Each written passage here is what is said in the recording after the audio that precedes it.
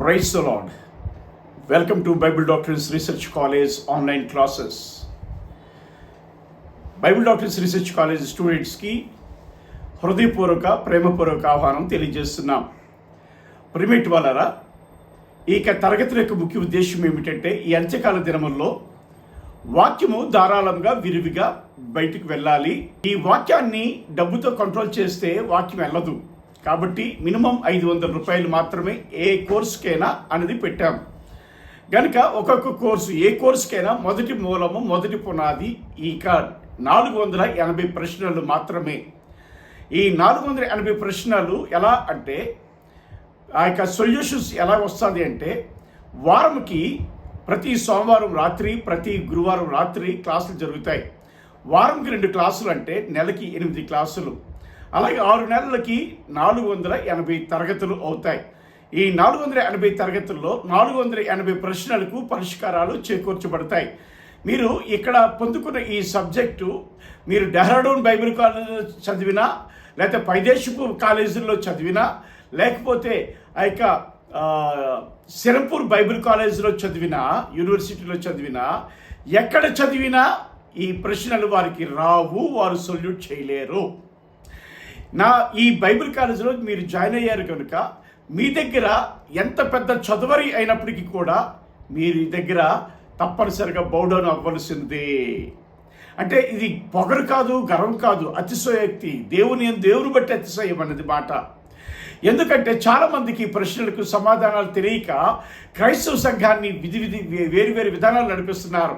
ఇప్పుడేమైంది, క్రైస్తవేతరులు వచ్చి మతోన్మాదులుగా వచ్చి గర్వాప్సి చేయటానికి జ్ఞానం లేని పాస్టర్స్ని పట్టుకొని, అజ్ఞానంతో ఉండేటిన వారిని పట్టుకొని, పెద్ద పెద్ద బైబిల్ కాలేజీలు చదివిన సమాధానాలు చెప్పలేని వారిని పట్టుకొని వారితో పాటుగా ఏం చేస్తున్నారట, వారి సంఘాన్ని చల్లాచెదురు చేస్తున్నారు, గర్వాప్సి చేస్తున్నారు. గరికి మా ప్రయత్నం ఏంటంటే సంఘాన్ని కాపాడుటకు మరియు వాక్యాన్ని నేర్పించుటకు మరియు ప్రియ దేవుని జనాంగమా ఆ యొక్క వాక్యం విరివిగా బయటకు వెళ్ళాలనే ఉద్దేశంతోనే కేవలం నెలకు 500 రూపాయలు మీ కానుక రూపంలో చెల్లిస్తే చాలని పెట్టుకున్నాం. అయితే రండి మొదటి తరగతికి వద్దాం. మొదటి తరగతి ఏంటంటే ఈరోజు ఒక్కడై ఉన్న నిజదేవుడు ఎవరు, ఆయనను ఎలాగునా కనుగొనగలము. ఏంటండి, ఒక్కడై ఉన్న నిజదేవుడు ఎవరు, ఆయనను ఎలాగునా కనుగొనగలము అన్న ప్రశ్న. కనుక ఈ మాట ఎందుకు అంటే దేవునికి వాక్య భాగం చదువుకోవాలి కనుక వాక్య భాగంలోకి వెళ్తున్నాను. ప్రియ దేవుని జనాంగమా, ఇక్కడ మనం ఆ యొక్క రోమీయులకు రాసిన పత్రిక 1వ అధ్యాయము 18 నుండి కొన్ని వచనాలు ఇలాగున్నాయి. రోమీయులకు రాసిన పత్రిక 1వ అధ్యాయము 18 వచనం నుంచి ఇలాగున్నాయి. దుర్నీతి చేత సత్యమును అడ్డగించు మనుషుల యొక్క సమస్త భక్తిహీనత మీదను దుర్నీతి మీదను దేవుని కోపము పరలోకము నుండి బయలుపరచబడుచున్నది. ఎందుకనగా దేవుని గూర్చి తెలియసత్యమైనదేదో అది వారి మధ్య విశుద్ధమై ఉన్నది, దేవుడు అది వారికి విశుద్ధపరిచాను. ఎలా విశుద్ధపరిచాడు? ఆయన అదృశ్య లక్షణములు అనగా ఆయన దేవత్వమును, ఆయన నిత్యశక్తియు దేవత్వమును జగదుత్పత్తి మొదలుకొని సృష్టింపబడిన వస్తువులను ఆలోచించుట చేత తేటపడుచున్నవి గనుక వారు నిరుత్తరులై ఉన్నారు. మరియు వారు దేవుని ఎరిగియు ఆయనను దేవునిగా మహిమపరచలేదు, కృతజ్ఞతాస్తుతులు చెల్లింపును లేదు కానీ తమ వాదములు యందు వ్యర్థులైరి, వారి అవివేక హృదయం అంధకారమయమాయను, తాము జ్ఞానులమని చెప్పుకొనుచు బుద్ధిహీనులైరి అని దేవుని యొక్క లేఖన భాగము చెప్పుచున్నది. గనుక దేవుణ్ణి కనుగోవాలంటే దేవుడు ఈ సృష్టిలో ఏం చేశారట, తన మూలాలను విడిచిపెట్టాడు. ఏంటది? ఆయన నిత్యశక్తియు ఆయన దేవత్వమును. జగదుత్పత్తి మొదలుకొని సృష్టించబడిన వాటిని ఆలోచిస్తే మనకి అర్థమవుతుందని ఆ లేఖన భాగం యొక్క సారాంశం. కానీ దాని మీద మనసు పెట్టకుండా దేవుణ్ణి కనుగొట్టుకు ఒక పరిశీలన అనేది జరిగించకుండా ఏం చేస్తారట అంటే తమ వాదములందు వ్యర్థులైరి, వారు దుర్నీతి చేత సత్యమును అడ్డగిస్తున్నారు, సృష్టికర్త అయిన దేవుణ్ణి అడ్డగిస్తున్నారు. కాబట్టి సృష్టికర్త అయిన ఒక్కడై ఉన్న నిజదేవుడు ఎవరు, తర్వాత ఆయనను ఎలాగున మనం గుర్తించగలము అన్నది ఈరోజు ప్రశ్న. ఎందుకు ఈ ప్రశ్న అంటే చాలామంది యేసుక్రీస్తు దేవుడా, మా దేవుడా అని వాదిస్తున్నారు. యేసుక్రీస్తు దేవుడు కాదు అని ఆయన మీద, ఆయన పుట్టుక మీద అనేకమైన నేర రూపంలో, నిందారూపంలో చేస్తున్నారు. ఆయన మరణం మీద, ఆయన పుట్టిన తేదీ మీద, ఆయన మరణించిన డేట్ మీద, ఆ తర్వాత చూస్తే ఆయన పునరుద్ధానం మీద అనేకమైన నిందలు వేస్తూ ఆయన పుట్టుకను కూడా అపాస్యం చేస్తూ ఉంటున్నారు. కనుక అటువంటి వారికి సమాధానం చెప్పే సామర్థ్యం పాస్టర్ గారికి ఉండాలి. ఈలోపు వాళ్ళు వచ్చేసరికి భయపడిపోతే నీ గుండెలో నుంచి వాక్యం బయటికి రాదు. అందుకే మీరు రాజులు ఎదుటిన్నప్పుడు మీరు భయపడకుడి అని చెప్పిన మాట ఏంటంటే, ఎందుకంటే దేవుడు ఆ టైంలో ప్రత్యక్షిస్తాడు. ఆ ప్రత్యక్షతగా ఈ ప్రశ్నల ద్వారా ముందుగా అనేక సంఘాలని బలపరచడానికి, సంఘ సేవకులు బలపరచడానికి ఇష్టపడుతున్నాం. ఈ తరగతుల్లో హాజరైన మీరు కూడా అనేకులకి సబ్జెక్టు పరిచయం చేసి మీరు అనేకుల్ని జాయిన్ చేయవలసిందిగా ప్రభు పేరట మనం చేస్తున్నాను. రండి ఈ వాక్యంలోకి వెళ్దాం. అయితే ఏంటంటే ఒక్కడైన నిజదేవుడు ఎవరు అన్న దానికి అడ్డుగా 3 వాదనలు ఉన్నాయి. చెప్పాడు కదా అక్కడ, తమ వాదములు ఎందుకు వ్యర్థులయ్యారు అన్నమాట. ఏంటి ఆ వాదములు అంటే, మొదటిది ప్యాంథిజం వాదన. అంటే ప్రకృతియే దేవుడు, ప్రకృతిలో ఉండే అన్ని వస్తువులు దేవుళ్ళే అన్నది. తర్వాత రెండవ వాదన పోలిథిజం వాదన అంటే ఏంటట అంటే బహుమంది దేవుళ్ళు అన్న వాదన.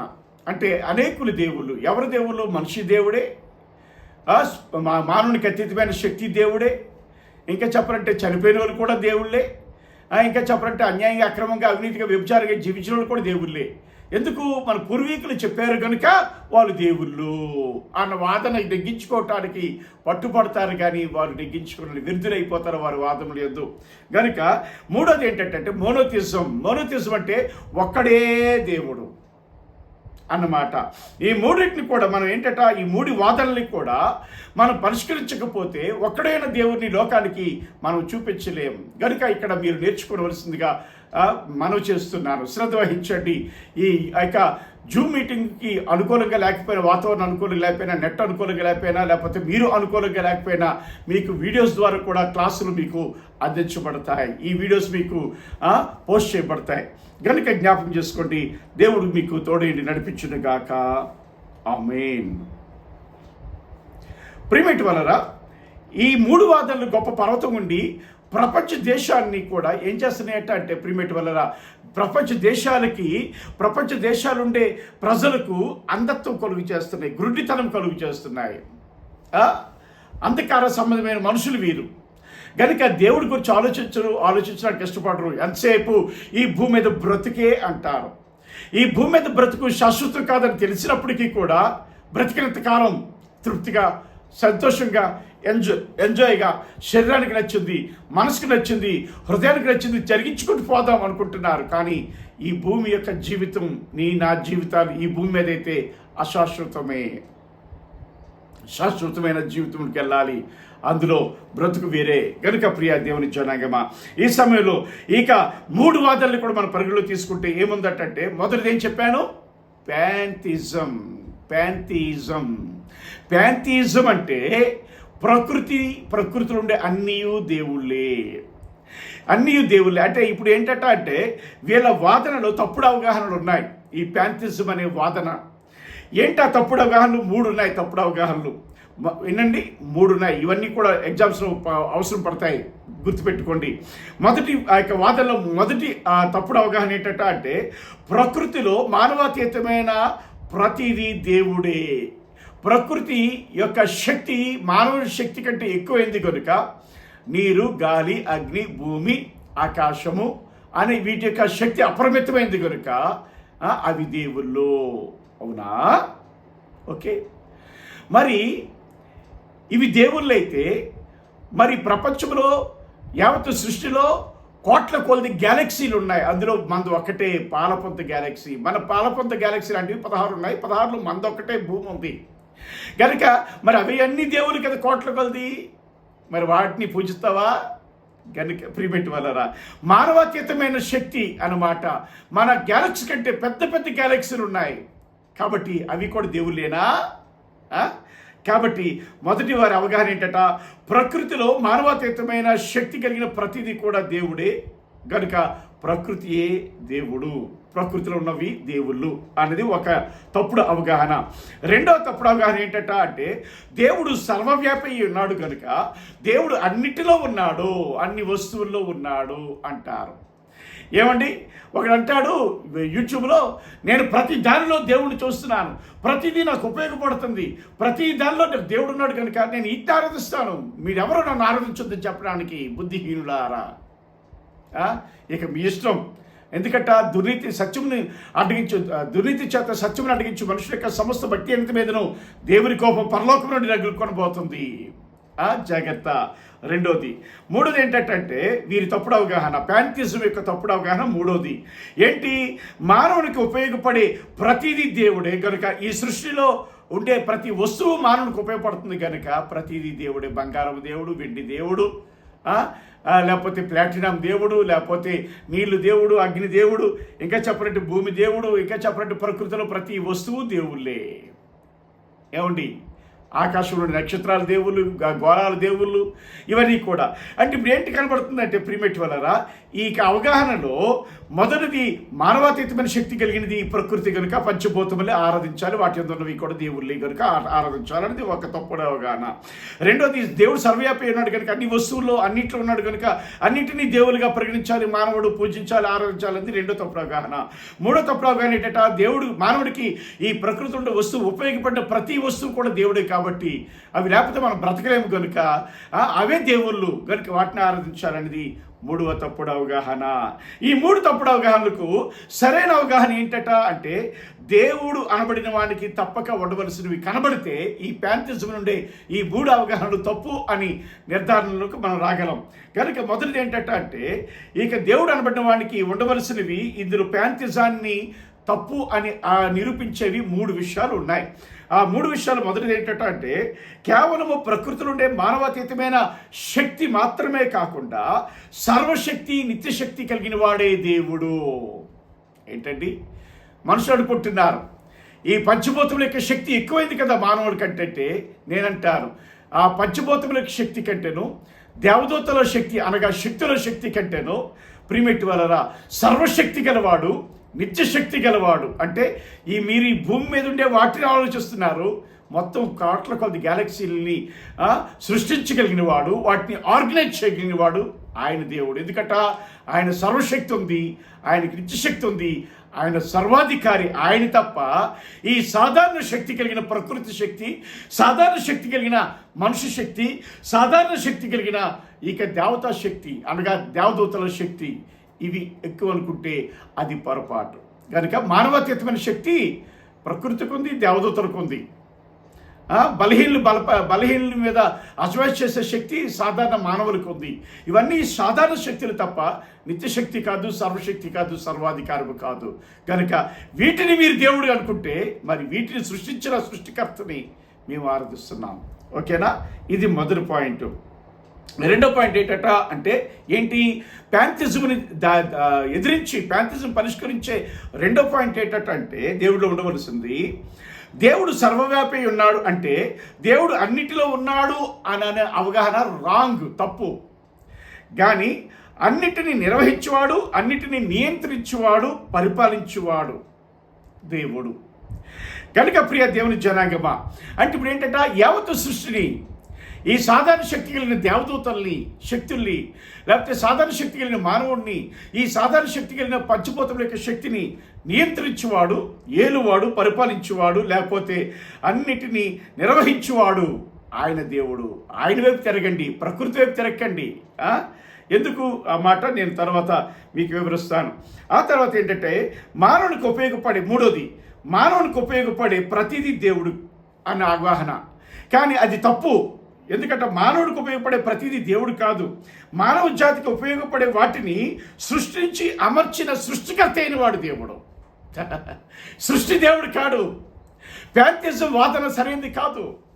వీటన్నిటిని అమర్చి పెట్టిన మానవుడికి ఉపయోగకరంగా అమర్చి పెట్టిన ప్రతి ఇది కూడా అమర్చి పెట్టిన ఆ సృష్టికర్త దేవుడుగా తప్ప సృష్టి దేవుడు కాదు. మీకు అర్థం మాట్లాడుకో ఒక ఉదాహరణ చెప్తాను. ఇంటి యజమానుడు అంటే తండ్రి, లేకపోతే యజమానురాలు, లేకపోతే తల్లి, వారు ఇంటిలో ఏది ఉండాలి, ఎప్పుడు ఏ ఆహారం ఉండాలి, ఏ పిల్లలకి ఏ అవసరతలు తీర్చాలి, వారి చదువులకు సరిపడిన పుస్తకాలు, వారికి కావాల్సిన అట్మాస్ఫియర్, వారికి కావాల్సిన ఐప్యాడ్లు, లేకపోతే ట్యాబ్లు, లేకపోతే వారి చదువుకు కావాల్సిన ప్రతి ఉపకరణం అన్నిటిని కూడా సమకూర్చి తెచ్చి పెడతారు ఎవరు? తల్లిదండ్రులు లేకపోతే యజమానులు. అప్పుడు ఒకవేళ నా కొడుకు, అబ్బా నాకు ల్యాప్టాప్ మా డాడీ తెచ్చాడు కనుక ఈ ల్యాప్టాపే నన్ను కనికరించింది అనుకుంటాడా? అయితే బుద్ధిహీనుడే. ఎవరిచ్చారు? నీకు అవసరమైనవి అమర్చిపెట్టిన వాళ్ళు ఎవరు? నీ కుటుంబ యజమానుడు. అదే రీతిగా దేవుడు కూడా మానవుడికి ఉపయోగపడిన ప్రతి దానిని కూడా తీసుకొచ్చి అమర్చి పెట్టాడు. ఆయన దేవుడా? పెట్టబడిన వస్తువులు దేవుడా? నీకు ఉపయోగకరంగా పెట్టబడిన ప్రకృతి దేవుడా? అంటే ఎంత బుద్ధిహీనముగా ఉన్నారో మీరు ఆలోచించండి. వాళ్ళు ఎవరు? ప్యాంతిజాన్ని ఆధారంగా చేసుకునేవారు. ఎవరు? మానవాతీతమైన ప్రతిదీ కూడా దేవుడే అని ఈ ప్రకృతికి 100 మార్కులు వేసి ప్రకృతిని ఆరాధించిన వారు. అందులో ఉండే వస్తువులు ఉపయోగపడుతున్నాయి కానీ వాటిని ఆరాధించేవారు. ఇంకా చెప్పాలంటే ఆ ప్రకృతిలో ఉండేటి దేవదూతల శక్తి, అంటే దేవతా శక్తి అంటారు. ఆ పడిపోయిన దేవదూతలు ఉన్నారు. ఆ పడిపోయిన దేవదూతల శక్తి అంటే అవి దేవతలుగా ఈ భూమి మీద వెలసాయి కనుక దేవతా శక్తిగా ఉండేటి వాటి శక్తి ఎక్కువ అనుకుంటే, మరి దేవదూతలు సృష్టించిన వాడు కూడా సృష్టికర్తే.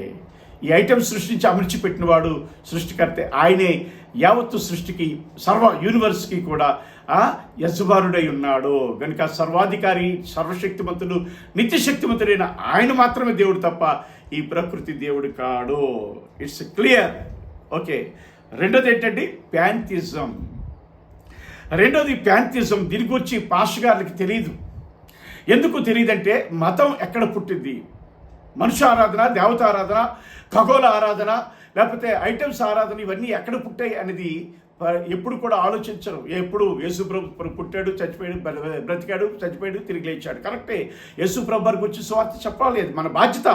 ఆయన మానవులను రక్షించుటకు ఈ లోకానికి వచ్చాడు. 33.5 సంవత్సరాలు మనిషిగా జీవించాడు. మానవునికి లోనైన నైతికతను 100% నిరూపించాడు. తన దైవికత నిరూపించాడు. ఆ 33.5 సంవత్సరాల తర్వాత ఆయన నా ప్రాణం పెట్టుకుంటున్నాను, నా ప్రాణం తీసుకుంటున్నాను, నా ప్రాణం పెట్టుకోవడానికి నాకు అధికారం ఉంది అన్నాడు. ఆయన మరణించాడు మనుషుల పాపముల కొరకు. ఆయన తిరిగి లేచాడు. సత్యం. కానీ అదొక్కటే కాదు, ఈ రోజుల్లో మిగతా అవగాహన కూడా కావాలి. కంటి డాక్టర్కి కేవలం కంటిలో ఉండే వాటి కూర్చి తెలిస్తే కుదరదు. ఆ ఐటమ్స్ని, ఆ కోల్స్ని, ఆ యొక్క దూలాలు అంటారు, ఆ దూలాల్ని, కలర్ ఫ్లక్చుయేషన్స్, వీటన్నింటికి సంబంధించిన నర్వస్ని, ఆ కనెక్షన్స్ని కూడా వారు నేర్చుకోగలిగితేనే వారు కరెక్ట్గా ఆపరేషన్ చేయగలుగుతారు. అదే రీతిగా కేవలం యేసుక్రీస్తు ప్రభు వారి గురించి సువార్త తెలిసిపోయింది, నేను సేవకు వచ్చేస్తానంటే కుదరదు. అన్నీ తెలియాలి. ఓకేనా? కనుక ప్రియ దేవుని జనాంగం. రెండోది ఏంటంటే, రెండో వాదన, వారి అవివేక హృదయపు వాదన ఏంటంటే, రెండోది పోలీతిజం అంటారు. ఇజం అంటే మతం. హిందూయిజం అంటే మతం, బుద్ధిజం అంటే మతం, గ్రీక్ లేకపోతే మెసొపొటేమియన్ ఇజం అంటే ఆ దేశపు మతం. హిందూ దేశం కనుక మనది, హిందూ దేశం భారతదేశం కనుక మనది భారతీజం ఉండాలి, కానీ హిందూయిజం అని పేరు పెట్టారు మన దేశవాసులు. ఓకే, కానీ ప్రిమేట్ వలరా ఈ సమయంలో ఆ యొక్క పోలితిజం అనే వాదన ఏంటట అంటే, ప్రిమేట్ వలరా పోలితిజం అంటే బహుమంది దేవుళ్ళు. ఈ బహుమంది దేవుళ్ళు అనబడిన ఈ మతం, ఇది ఇండియాలో పుట్టింది కాదు ఈ మతం, లేకపోతే అమెరికాలో పుట్టింది కాదు ఈ మతం, లేకపోతే ముస్లిం కంట్రీస్లో పుట్టింది కాదు ఈ మతం. ఎక్కడ పుట్టిందట అంటే, ఎక్కడ పుట్టింది? అస్సిరియన్ సామ్రాజ్యంలోనే బబులోన్ ప్రదేశంలో మెసొపొటేమియాలో పుట్టింది. మన భారతదేశపు నాగరికతే కాదు, ప్రపంచ దేశాల్లో అనేక చోట్లకి వారి పరిపాలన లేనిది కనుక వారి నాగరికతలన్నీ కూడా మెసొపొటేమియన్ నాగరికతలు. ఆ మెసొపొటేమియన్ నాగరికత, ఆ దేవుళ్ళు, ఆ దేవతలు, వాటి పేర్లు ఇక్కడ మార్చి, లేకపోతే అక్కడ మార్చి, ఇక్కడ మార్చి, ఆ వేరు వేరు దేశాలకి వారు వేరు పేర్లు పెట్టుకొని ఆరాధిస్తున్నారు. అయితే ఈ బహుదేవత ఆరాధన అంటే అనేకులైన దేవుళ్ళు. పోలితిజం అంటే, ఈ పోలితిజం అనేకమైన దేవుళ్ళు అంటే ప్రపంచమంతటిని పరిపాలించిన నియంతృత్వ సామ్రాజ్యాలు ఉన్నాయి. మొదటిది ఏంటంట పర్షియన్ సామ్రాజ్యం, తర్వాత బబులోనియన్ సామ్రాజ్యం, తర్వాత ఈజిప్షియన్ సామ్రాజ్యం, ఐగుప్తు సామ్రాజ్యం, తర్వాత మాది పార్సికుల సామ్రాజ్యం, తర్వాత గ్రీకు సామ్రాజ్యం, తర్వాత రోమన్ సామ్రాజ్యం. ఇవి ఈ 6 కూడా, ఈ 5 కూడా ఏం చేసాయట? పర్షియన్, ఈజిప్షియన్, బబులోనియన్, తర్వాత మాది పార్సీకులు, తర్వాత గ్రీకులు, తర్వాత రోమన్ 6 సామ్రాజ్యాలు కూడా ప్రపంచాన్ని ఏలాయి. ఈ 6 సామ్రాజ్యాలు కూడా రాసుకోండి. ప్రపంచాన్ని వెళ్ళినప్పుడు ఏం చేసేట? వాటి సాంప్రదాయాలు, వాటి దేవుళ్ళని ఆయా దేశముల పేర్లు పెట్టి వారి దేవుళ్ళుగా మలిచి ఏం చేశారటంటే వారి పరిపాలనతో పాటుగా వారి సాంప్రదాయాలు కూడా ప్రవేశపెట్టారు. అందుకనే ప్రపంచంలో మనుషుడు దేవుడే, ప్రతిదీ దేవుడే. రోమన్ సామ్రాజ్యం వారు ఒక అడుగు ముందుకేశారు. రోమన్సే కాదు, ప్రిమిటివ్ వాళ్ళు, బబులోని వాళ్ళు కూడా వారి నియంత్రణ యొక్క విగ్రహాలు పెట్టి ఆ విగ్రహమే దేవుడు, అంటే నెబుకద్నెజరు యొక్క విగ్రహమే, ప్రతిమే దేవుడు, నెబుకద్నెజరే దేవుడు. తర్వాత రోమన్ సామ్రాజ్యంకి వచ్చిన నియంత్రణలు కూడా, పరిపాలించిన నియంత్రణలు కూడా వారి విగ్రహాలు పెట్టి మేమే దేవుడు, మమ్మల్ని ఆరాధించాలి అన్న ఆ యొక్క ప్రతిపాదనలు తీసుకొచ్చారు. కనుక అంతకుముందు ఏమైందంటే అసలు వాస్తవంగా ఇది ఎక్కడ పుట్టింది? బహుదేవతారాధన అనేది పాస్టర్లుగా మీకు తెలియాలి, క్రైస్తవ విశ్వాసులుగా మీకు తెలియాలి. ఎక్కడ పుట్టిందంటే ఆదికాండము 11వ అధ్యాయంలో ఏం చేశారు వాళ్ళు? నిమ్రోదును ఆ జనాంగము ఒకటై ఉన్న భాష కలిగిన ఒకటే అయి ఉన్న జనాంగము ఏం చేశారు? అక్కడ బబులోను ప్రాంతంలో గోపురమును, బబులోను మహాపట్టణమును కట్టడానికి, మహాపట్టణం అంటే ఏంటి అంటే దేవుని పరలోకమును అంటినంతగా పట్టణాన్ని కట్టి మన నివాసం చేద్దాం రండి అని చెప్పి గోపురం అంటే గుడి, మా భారతదేశ భాషలో గుడి, గోపురాన్ని ప్లస్ పట్టణాన్ని కూడా అంతగా కట్టడానికి వారు పూనుకొని కడుతున్నారు. ఈలోపు సర్వశక్తి గల దేవుడు ఒప్పుకుంటాడా? చూసి ఆయన ఏం చేశారంటే వారి భాషలు తారుమారు చేశాడు. అసలు అంటే అర్థం ఏంటి? అప్పుడు గోపురం కట్టారంటే అప్పటికే దేవతారాధన ఆరంభమైంది. ఎప్పటికీ? ఆదికాండము 10వ అధ్యాయం 11వ అధ్యాయానికి దేవతారాధన ఆరంభమైంది. ఏంటట? నిమ్రోదు పరాక్రమమైన వేటగాడు, కూషుదేశీయుడు. కూషుదేశీయులు అంటే మీకు ఒక్కటే గుర్తు, సింబల్ ఏంటది? గుర్తు చేసుకోండి, అర్థం చేసుకోండి మీరు. మరి వివరంగా దీన్ని చెప్పకూడదు, చెప్పలేను. ఏంటట? చెప్పగలను కానీ చెప్తున్నాను, మీరు అర్థం చేసుకోండి. కూషు దేశస్తుల యొక్క చర్మము రంగు ఏంటట? నీలము రంగు. వీడెవడట అంటే దేవుని ఎదుట పరాక్రమం కలిగిన వేటగాడు. వేటగాడికి ఏముంటుంది? బల్లెము, బాణము ఉంటాయి. ఏమంటారు? ఇంకా ఉంటే కత్తి ఉంటుంది వారి చేతిలో. అటువంటి వేటగాడైతే వీడు దేవుని ఎదుటనే మాట వ్రాయబడింది అక్కడ. అంటే దేవుని కూడా లక్ష్య పెట్టువాడు కాడు, విర్రవీగిన తనం కలిగిన వాడు. వీడు వ్యభిచారుడు, నచ్చిన ఆడదాంతో పోవాలి, ఎవడైనా ఎదిరిస్తే వాడు చెప్పడమే. అలాగే ఆ సామ్రాజ్యంలో మొట్టమొదటిగా నిమ్రోదు ఏం చేశారట? మనుషుల్ని భయపెట్టి వాడే దేవుడిగా ఆరాధించబడి వాడి పేరు మీద ప్రతిమను కట్టించి వాడిని దేవుడిగా ఆ గోపురంలో నిలబెట్టడానికి, వాడి ప్రతిమ నిలబెట్టడానికి, వాడి గురించి ఒక గుడి కట్టడానికి ఆదికాండము 11వ అధ్యాయంలో ప్రజలందరూ కూడా నిశ్చయించుకున్నారు. అప్పటికి ఎవరట? ఈ భూమి అంతా స్కాటర్ అవ్వలేదు, చల్లచెదురు అవ్వలేదు. ఒకటే ఉన్న జనాంగము, ఒకటే భాష కలిగిన వారు అప్పటికి. అంటే ఆదికాండం 10, 11 అధ్యాయాలకి బహుదేవతారాధన ఆరంభమైంది. ఎలాగట? మొట్టమొదటిది మనుష్య ఆరాధన, నిమ్రోదు అనబడిన వాడి ఆరాధన. వాడిని ఆరాధించాలి, పూజించాలి, పొగడాలి, వాడికి కావాల్సిన నైవేద్యములు పెట్టాలి, వాడికి కావాల్సిన ఆడదాన్ని వాడి దగ్గరికి పంపించాలి. అంతటి వ్యభిచారుడు, క్రూరుడు. మద్దు మాంసం తిన్నోడు ఉంటాడా? మద్దు మాంసం బాగా తిన్నోడు వాడు కాముకుడే. కాబట్టి అటువంటి వాడిని సైతం కూడా దేవుడిగా ఆరాధించమని ఆ యొక్క ప్రపంచ దేశాలకి మానవ దేవులుగా పరిచయం చేసిన ఆ సాంప్రదాయము, ఆ యొక్క పర్షియన్ సామ్రాజ్యపు సాంప్రదాయం కనుక మెసొపొతేమియా నాగరికత ఆ యొక్క ప్రపంచ దేశాలకి వర్ధిల్లింది. తర్వాత ఏమైందట అంటే ఈ నిమ్రోదుని సెమీరమిస్ చంపించేసింది. ఎలా చచ్చిపోయాడు చరిత్రలో అంత స్పష్టంగా లేదు, కానీ మొత్తాన్ని సెమీరమిస్ అంటే నిమ్రోదు యొక్క భార్య నిమ్రోదుని చంపించింది. ఒకవేళ అలా చనిపోయినా మానవుడు కనుక తప్పనిసరిగా చావు తప్పదు కనుక చచ్చిపోయాడు అనుకుందాం, పోనీ ఎలాగైనా అనుకుందాం. చనిపోయిన తర్వాత ఏమైందట? ఈ సెమీరమిస్ ఏమంది అంటే నేను ఆకాశపురాణి దేవతను అని ఒక దగ్గర చెప్పింది, ఒక చరిత్ర కథలో చెప్పింది. ఇంకొక దగ్గర ఏ కథ సృష్టించింది? నేను భూదేవి యొక్క కుమార్తెను, ఆకాశపురాణి యొక్క కుమార్తెను అది భూదేవి యొక్క కుమార్తె. అది ఎలాగమ్మ సాధ్యం అంటే, నా భర్త ఆ ఆదిశక్తిని రెండుగా చీల్చి కిందకి ఒకటి పైకి ఒకటి పంపించాడు. పైన ఉన్నది ఆకాశము కనుక ఆకాశపు రాణి నా తల్లి, అదే కిందన భూమి ఆకాశముగా, కిందన భూమి కూడా నా తల్లే కనుక ఏంటది ఏంటి ఆకాశపు రాణి ఎవరికి పుట్టిందట? భూమికి పుట్టిందట. ఇంకెవరికి పుట్టిందట? సారీ, సెమిరమిస్ భూమికి పుట్టిందట. తర్వాత ఆకాశపు రాణి ఆకాశానికి కూడా పుట్టిందట. ఇంకొక దగ్గర ఏముందట అంటే, నేను సముద్ర దేవత యొక్క కుమార్తెనని ఇంకొక కథనంలో చెప్పింది. అంటే ఇలా కథలు అలిమి ఏం చేసిందట అంటే, దేవతారాధన తీసుకొచ్చింది, శక్తి పూజను తీసుకొచ్చింది. బైబిల్లో ఉండేటువంటి నిమ్రోదు భార్య అనబడిన సెమిరమిస్. శక్తి పూజ, దేవత ఆరాధన రెండోది, మొదటి మనుష్య ఆరాధన, రెండోది దేవత ఆరాధన. ఇప్పుడు ఏంటంటే మూడోది ఏంటంటే, నిమ్రోదికి ఆ యొక్క సెమిరమిస్కి తుమ్మూజ్ అనేవాడు పుట్టాడు. తమ్మూజ్ అంటారు కొంతమంది తుమ్మూజ్ అంటారు. తమ్మూజ్ అనేవాడు పుట్టాడు.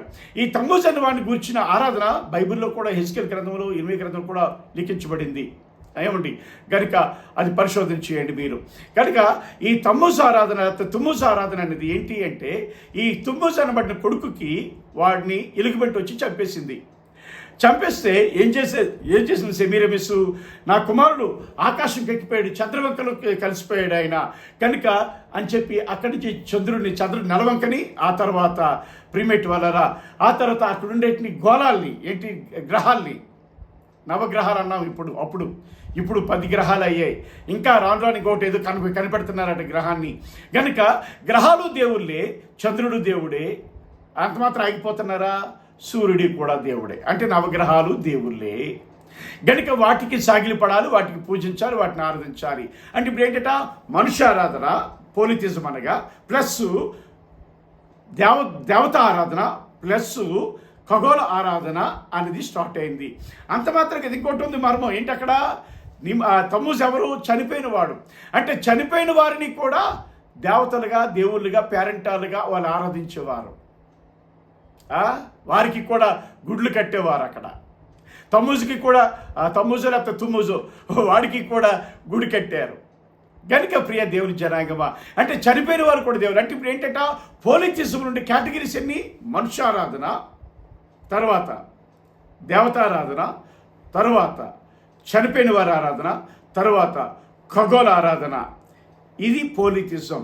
ఇప్పుడు ఈ రోజులు ఏమైపోయిందట, పోలితిజం ప్లస్ ప్యాంటిజం కూడా కలిసిపోయి ఏం చేస్తున్నాయి? ప్రపంచంకి అంధత్వం కలుగు చేస్తున్నాయి, గ్రుడ్డితనం కలుగు చేసి పరిపాలిస్తున్నాయి. కనుకనే వారి దుర్నీతి చేత సత్యమును అడ్డగించే పరిస్థితులు కనబడుతున్నాయి. ప్రపంచమంతా కూడా నిజమైన దేవుని అంగీకరించడానికి వీల్లేదు అన్నట్లుగా, మేము చెప్పినవే దేవుళ్ళు అన్నట్లుగా నియంత్రించి ఆ ప్రపంచాన్ని అణగారుస్తున్నాయి. ప్రిమేట్ వలన అణగారుస్తున్నాయి. కాబట్టి ఈ ప్యాంటిజం, పోలితిజం కూడా ప్రపంచాన్ని వెళితే ఇంకోటి ఉంది, మూడోది వాదన. ఏంటది అంటే, ప్రిమేట్ వలన ఆ మూడో వాదనకి వెళ్ళే ముందు ఈ ఈ పోలితిజంలో మనం గుర్తించవలసిన 3 విషయాలు ఏంటి అంటే, గమనించండి, రాసుకోండి. పోలితిజంలో మనము గుర్తించవలసిన 3 విషయాలు. మొదటిది ఏంటంటే, మానవునికి ఉపయోగపడకపోయినా మన పితరులు చెప్పారు కనుక వాళ్ళే అజ్ఞానంతో చెప్పినా కూడా, మన పెద్దలు చెప్పిన వాళ్ళే దేవుళ్ళు. ఈ సాంప్రదాయం ఎక్కడి నుంచి వచ్చిందో చెప్పాను. మనది ఏది? మెసొపొతేమియా నాగరికత, మొహంజొదారో హరప్ప నాగరికత. ఎక్కడి నుంచి వచ్చింది ఆలోచించండి. కనుక వీళ్ళ అవగాహన ఏంటట అంటే, ఈ తప్పుడు అవగాహన, పోలితిజం యొక్క తప్పుడు అవగాహనలో మొదటిది ఏంటంటే, మన పెద్దలు చెప్పారు, మన పితరులు చెప్పారు, వాళ్ళ దేవుళ్ళు తప్ప ఇంకొకరి దేవుళ్ళు కాదు. ఈ మాట నిజమైన దేవుణ్ణి పరిశోధించడానికి, పరిశీలించడానికి, ప్రశ్నించడానికి కూడా వీలు లేకుండా అడ్డుపడుతుంది ఈ మాట వారి హృదయాలకి, వారి మనసులకి, వారి అంతరంగాలకి. కాబట్టి వారు నిజదేవుని కనుక్కోలేకపోతున్నారు. మొదటిది. రెండోది ఏంటంటే, ఇక్కడ దేవుళ్ళు అనబడే వాళ్ళు ఎంతటి అనైతికులైనా కానివ్వండి, ఎంతటి క్రూరులైనా కానివ్వండి, ఎంతటి వ్యభిచారులైనా కానివ్వండి, ఎంతటి కాముకులైనా కానివ్వండి, ఎంత అక్రమవస్తులైనా కానివ్వండి, వారు దేవుళ్ళని పితరులు చెప్పారు కనుక వారిని ఆరాధించాలి దేవుళ్ళుగా. అంతే. వారు చేసిందే వేదవాకు, వారు చేసిందే కరెక్ట్ అయిన పని. కనుక అది వారిని ఆరాధించాలి దేవతలుగా, దేవులుగా. వారు క్రూరులైన పర్వాలేదు అంటారు. ఇక్కడ ఏమన్నాడు దేవుడు? వారి దుర్నీతి చేత సత్యం అడ్డగించు మనుషుల యొక్క సమస్త భక్తిహీనత మీద అని మాట ఉంది. అంటే ఈ దుర్నీతి మొదటిది, ఈ దుర్నీతి యొక్క పాయింట్ పోలిటిజంలో. రెండో పాయింట్ ఇక్కడ కనుక వారు కూడా ఏంటంటే అంటే ప్రిమేట్ వల్ల మూడో పాయింట్ మనం గమనించాలి. రెండో పాయింట్ ఇదని చెప్పుకున్నాం. మూడో పాయింట్ ఏంటంటే ఇందులో వారి నియమ నిబంధనలు వారి దేవుళ్ళు దేవతల్ని అనైతికంగాను, దేవతలు కలిగిన అనైతికంగాను, అక్రమంగాను, క్రూరంగాను, అపిత్రంగా నుండి అనుసరించి ఆరాధిస్తున్న లేకపోతే జీవించిన వారి దేవతల వలె వీరు కూడా వీరి నియమ నిబంధనలు కూడా ఉంటాయి. ఆ వారి నియమ నిబంధనలు అక్రమం ఉంటుంది, అనైతికత ఉంటుంది, వ్యభిచారం ఉంటుంది, కాముకత్వం ఉంటుంది. కనుకనే వారు బూతులు మాట్లాడతారు, తిట్లు తిడతారు, నైతికంగా మాట్లాడరు. ఒక ఆయన అంటాడు, సిగ్గు దాన్ని వైజాగ్ ఉంది కదా, దాన్ని తీసుకొచ్చి బయట తీసుకురండి రా, సుమారుగా 100 మందికి రేపు చేద్దాం. ఎవరి ఇల్లు? భక్తిపరులు, మతోన్మాదులు. ఎందుకు? వారి నియమ నిబంధనలు అనుకుంటేట వారి దేవుల వల్ల వారి నియమ నిబంధనలు ఉంటాయి తప్ప మామూలుగా ఉండవు. కనుక అయితే ఇక 3 విషయాలు మనం చూసాం. తర్వాత 4వది ఏంటట? 4 ఉన్నాయి. 3 కూడా 4 ఉన్నాయి. పోలిటిజంలో తప్పుడు అవగాహనలు 4 ఉన్నాయి. పోలిటిజంలో తప్పుడు అవగాహన 4 ఉన్నాయి. 4వది ఏంటంటే ఇక్కడ వీరి దేవుని యొక్క దైవత్వంతోనూ, వీరికి దేవుని యొక్క దైవత్వంతోనూ, నిత్యశక్తితోనూ, ఆయన సర్వశక్తితోనూ, ఆయన పరిశుద్ధతతోనూ పని ఉండదు ఇంకేలకి. అంటే దేవుడు నిత్యశక్తుడా, సర్వశక్తుడా, ఆయన పరిశుద్ధుడా, ఆయన దైవత్వం కలిగిన వాడా అని ఆలోచించడం. దైవత్వం లేకపోయినా దేవుడే, దైవత్వం లేకపోయినా దేవుడే, మానవ నైతికతకు హీనంగా బ్రతికినా దేవుడే. ఇది వారి నినాదం. ఎంత ఘోరం. కనుక ఈ 4 కూడా ఈ పోలిటిజంలో, ఈ పోలిటిజం అంటే ఏంటంటే భారతదేశంది కాదు, ఇది ప్రపంచ దేశాల్లో ఉండే పోలిటిజం. ఇది ఈ మతం. ఈ పోలిటిజంలో ఇన్ని రకాలు. భారతదేశం కోసం నేను మాట్లాడట్లేదు, దయచేసి అలాగే అపార్థం చేసుకోకండి. యథార్థంగా ప్రపంచ దేశాలు ఏలుబడుతూ చేస్తున్న వీటిని మాట్లాడుతున్నాను నేను. Thank you. గనుక ప్రియ దేవుని జనాంగమా, ఈ పోలిటిజంలో అంతమంది దేవుళ్ళు ఉంటే వారికి అవగాహన ఏంటట? ఈ తప్పుడు అవగాహనలు 4 తప్పుడు అవగాహనలు ఉన్నాయి, రాసుకోండి, ఎగ్జామ్స్లో పడతాయి. తర్వాత ఈ పోలిటిజం మీద ఉండవలసిన సరైన అవగాహన ఏంటి? పరిష్కారం కావాలి. ఇప్పుడు మనకి పోలిటిజం కరెక్టే, వారి మనోనేతలకు గుడ్డితనం కలుగు చేసింది యుగ సంబంధమైన దేవత ఇలాంటి వాదనలు పెట్టి అని బైబిల్ చెప్తుంది. కానీ దానికి సరైన అవగాహన ఏంటంటే దేవుడు అనబడిన వాడికి తప్పక ఉండవలసిన అవగాహన పోలిటిజంలో. మొదలైన చూసాం, ప్యాంతిజంలో దేవుడు అనబడిన వాడికి ఉండవలసిన అవి 3 చూసాం. ఇక్కడ పోలిటిజంలో దేవుడు అనబడిన వాడికి ఉండవలసినవి ఎన్ని చూస్తున్నామంటే ప్రీమేట్ వలరా 4 చూస్తున్నాం. మొదటిది ఏంటంటే సరైన అవగాహన. పోలిటిజం యొక్క తప్పుడు అవగాహన సరిచేసి సరైన అవగాహనకు రావడానికి మొదటి పాయింట్ ఏంటంటే దేవుడైన సృష్టికర్త ఒక్కడై ఉన్నాడు, ఎక్కువ మంది కారు. ఎందుకంట? దేవుడు అనేది ఏకవచనం, సృష్టికర్త అనేది ఏకవచనం. పోనీ ఇక సృష్టి అంతటి సృష్టించిన ఒక శక్తి ఉందన్నారే, ఆయనే పురుషలింగం, ఏకవచనం. ఓం అనేది ఏకవచనం. 3 పాదములు ఉన్నాయి. కనుక దేవుడు అనబడిన వాడు బహుమంది కాదు, అందరూ కాదు, చచ్చిపోయిన వారు కాదు. ఎవరట? మొదటి అవగాహన, సృష్టికర్త అయిన ఒక్కడై ఉన్న దేవుడే, ఆయన సృష్టికర్త తప్ప ఈ బహుమంది దేవులుగా పిలువబడుతున్న కాముకులు, వ్యభిచారులు, మాంత్రికులు ఇటువంటి వాళ్ళు కారు అనటానికి మొదటి అవగాహన నేర్చుకోండి, రాసుకోండి. రెండోది ఏంటంటే దేవుడైన సృష్టికర్త దైవిక తత్వం యొక్క మూర్తిమంతమైన వాడు. ఆయన తత్వం యొక్క గుణలక్షణములు, ఆయన దైవికత్వం యొక్క గుణలక్షణములు, ఆయన దైవిక నడవడిక, ఆయన దైవిక తీరు, ఆయన దైవిక ప్రవర్తన మరియు దైవిక బోధలు, ఇవన్నీ కూడా దైవిక పరిపూర్ణతను అనుసరించినవి మాత్రమే ఉంటాయి. ఈ దైవికత్వాన్ని దాటి ఒక్క అడుగు కూడా దేవుడు అనబడ్డవాడు వేయడు, వేస్తే వాడు దేవుడు కాడు. కనుక ఈ పోలిటిజంలో దేవుడికి ఉండవలసినవి మనం చూస్తున్నాం. అందులో 3వది ఏంటంటే దేవుడైన సృష్టికర్త అనైతికతను, దైవిక హీనత్వమును ఏ కోశాన లేనివాడు. దేవుడైన సృష్టికర్త అనైతికతను, దైవిక హీనతను దైవిక హీనతను ఏ కోశాన లేనివాడు. నైతికత 1% మనుషుల్లో ఉంది, అది మనకి 100%. కానీ దేవుడు అనబడిన వాడికి ఎంత ఉండాలంటే 1% నైతికత అయితే 99% ప్లస్ ఈ 1% కలిపి, ఇది విడిచి కాదు, ఇది కలిపి నైతికత 100% ఉండాలి, దైవికత 100% ఉండాలి.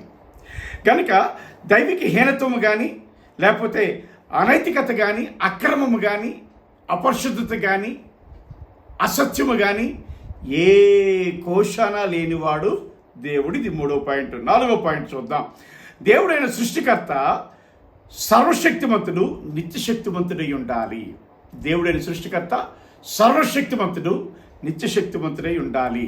ఇందాకలే చెప్పుకున్నాం. సర్వశక్తి అంటే ఏంటి, నిత్యశక్తి అంటే ఏమిటనేది మనం రాబోతున్న క్లాసులో చూస్తాం. తర్వాత సాధారణ శక్తి అంటే ఏంటో చెప్పేస్తాం ఆల్రెడీ. ఏంటది? ప్రకృతి శక్తి, దేవదూతల శక్తి. సర్వశక్తి అంటే ఏంటో, నిత్యశక్తి అంటే ఏంటో రాబోతున్న నెక్స్ట్ పార్ట్లో, 2వ పార్ట్లో మనం చూస్తాం. ఓకే, మీ దేవుడైన సృష్టికర్త. 5వది, దేవుడైన సృష్టికర్త అతను తాను 5వది, దేవుడైన సృష్టికర్త తాను దేవునిగా తన దైవత్వమును నిరూపించుకోవలసిన వాడై ఉన్నాడు. ఇది 5వది. ఇది కూడా మోనోథిజంకి వస్తుంది. దానిలో చూద్దాం ఈ పాయింట్. ఎన్నున్నాయట పోలిథిజములు అంటే సరైన అవగాహనలో ఎన్నున్నాయి? 5 విషయాలు ఉన్నాయి. ఈ 5 విషయాల్లో కూడా మొదటిది, ఆయన సృష్టికర్త ఒక్కడే కానీ ఎక్కువ మంది కాదు. 2వది, ఆయన సృష్టికర్త అనబడిన ఆయన దైవిక పరిపూర్ణత, దైవికత్వమును కలిగిన వాడు.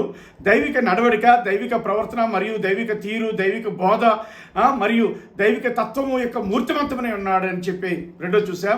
3వది, దేవుడు అనబడిన సృష్టికర్త అనైతికతను కానీ, దైవిక హీనతను కానీ ఏ కోశము కలిగి లేడని చూసాం. తర్వాత 4వది, దేవుడైన సృష్టికర్త సర్వశక్తిమంతుడు, నిత్యశక్తిమంతుడు ఉన్నాడు.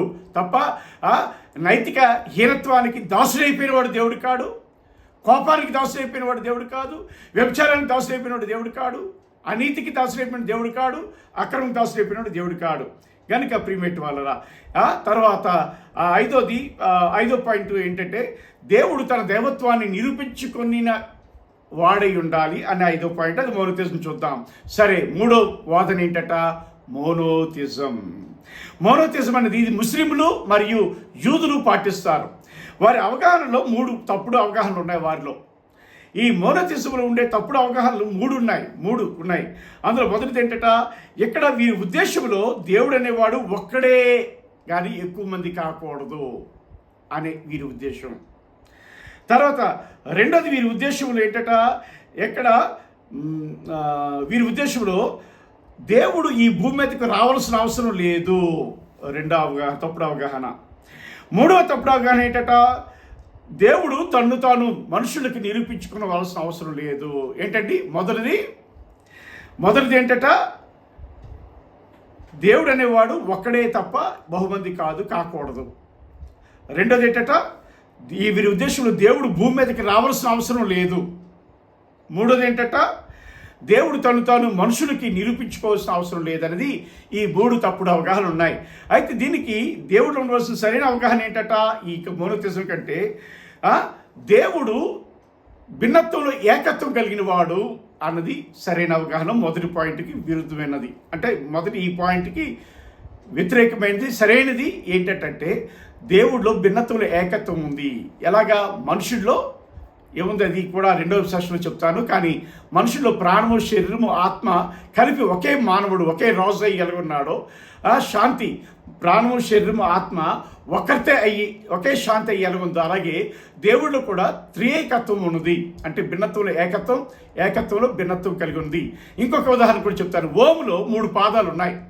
ఓం అనే శబ్దములో 3 పాదాలు ఏంటట? అకారం, ఉకారం, మకారం. అకారం, ఉకారం, మకారం అనే 3 పాదాలు ఉన్నాయి. కానీ అది ఒక్కటై ఉన్న మాటే ఓం అనే పదము. ఓకే, కాబట్టి ప్రియమేటి వారరా, దీన్ని బట్టి చూస్తే దేవుడు ఒక్కడే అనేది మొదటి దానికి సరైన అవగాహన. వారి 2వ తప్పుడు అవగాహనకి విరుద్ధంగా ఏముందటంటే, ఇక్కడ వీరి ఉద్దేశంలో దేవుడు భూమి మీదకి రావాల్సిన అవసరం లేదు అని మాట ఉంది. నేనంటాను, దేవుడు భూమి మీదకి రావాల్సిన అవసరం లేకపోతే దేవుడు ఎవడికి అప్పనంగా శాసనాలు విధించేస్తాడు? మరణశాసనాన్ని విధించవలసిన అవసరం ఏంటట ఆయనకి నిరూపించకపోతే?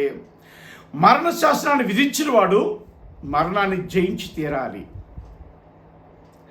నైతిక విలువలను, నైతిక విధిని మానవులో ఆత్మ ద్వారా ఉత్పత్తి చేయడానికి మానవుల ఆత్మను పెట్టినవాడు ఆయన కూడా నైతికతలో 100% లోపం లేనివాడుగా కనబడాలి. అంటే మరణాన్ని సాల్వ్ చేయాలి, నైతికతలో 100% కూడా ఉండాలి. ఆయన దేవుడు అయినట్లయితే ఆయన దైవికత కూడా 100% కనబడటానికి భూమి మీదకి రావాలి. రాకపోతే వాడు దేవుడు కాదు. వీళ్ళ అవగాహన ఏంటి? ముస్లింలు మరియు యూదులు మా దేవుడు రావాల్సిన అవసరం లేదు భూమి మీదకు అన్నమాట.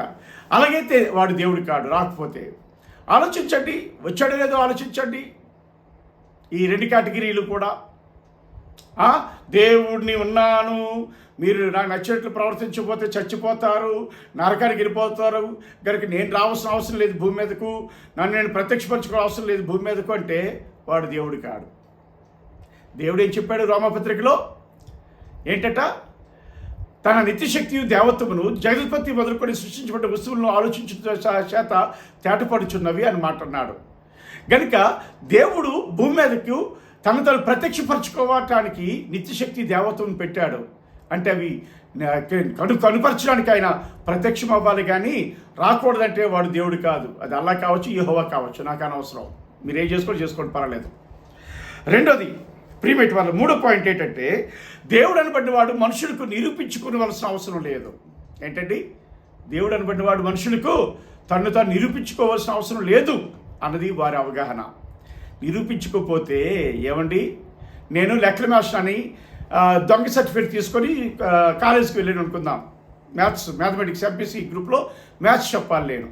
నేను దొంగ సర్టిఫికేట్ తీసుకుని వెళ్ళి ఆ లెక్క ఆ బోర్డు మీద చెప్తూ వేలు ఎప్పుడు గైడ్లు ఉండేది అలా డిటోగా దించేసి రాసి చెప్పిస్తే మాస్టర్ అయిపోతానా? కాదు. ఎగ్జాంపుల్స్ చూడకుండా, కంటెస్ట్ పెట్టకుండా, చూడకుండా ఆ లెక్కను చేయాలి, సాల్వ్ చేయగలగాలి. అప్పుడే నేను దేవుడును. అలాగనే దేవుడు అనబడిన వాడు ఎందుకు భూమి మీదకి వచ్చి నిరూపించుకోవాలట అంటే తన దేవత్వాన్ని కూడా ఆ లెక్క రాశాడు. ఇది దేవత్వం అన్నాడు, ఇది నైతికత్వం అన్నాడు. ఆ లెక్కల్ని కూడా ఆయన చేసి సాధించి చూపించగలగాలి. సాధించి చూపించగలిగితే అప్పుడు స్టూడెంట్స్ ఏం చేస్తారట? ఒక్క లెక్క వారికి నేర్పిస్తే ఆ మాదిరి సూత్రము, ఆ యొక్క ప్యాటర్న్, అంటే ఆ యొక్క మాదిరి సూత్రము, ఆ తీరు అనేది ఒక్కసారి ఒక్క లెక్క మీద చేస్తే మిగతా లెక్కలన్నీ మిగతా స్టూడెంట్స్ చేస్తారు. దేవుడు అనబడిన వాడు ఈ నైతికతను, దైవికత్వం అనేది అది నిరూపించే, ఆ యొక్క సాల్వ్ చేసే రీతిగా ఈ మనుషులకు భూమి మీద తను నిరూపించుకోకపోతే మానవులను జీవించలేరు. కనుక దేవుడు తీర్పు తీర్చడానికి కూడా వీలు లేదు. కనుక ఆయన లెక్క చేసి చూపించాలి. ఇలా చేయకపోతే శిక్ష ఉందని చెప్పాలి, తీర్పు ఉండాలి. కనుక దేవుడు జడ్జి కనుక, నీతివంతుడు కనుక ఆయన ఈ భూమి మీదకి వచ్చి తను కనుపరుచుకోవాలి. ఈ 3 అవగాహన దీనివి. కనుక 2వ పార్ట్ కొరకు ఎదురు చూడండి. ఈ తరగతిని బాగా మీరు ఆకలింపు చేసుకోండి, అవగాహన చేసుకోండి, అనేకులకి నేర్పించండి. వీలైతే మన కాలేజీలో జాయిన్ చేయించండి. Thank you. Praise the Lord. May God bless you.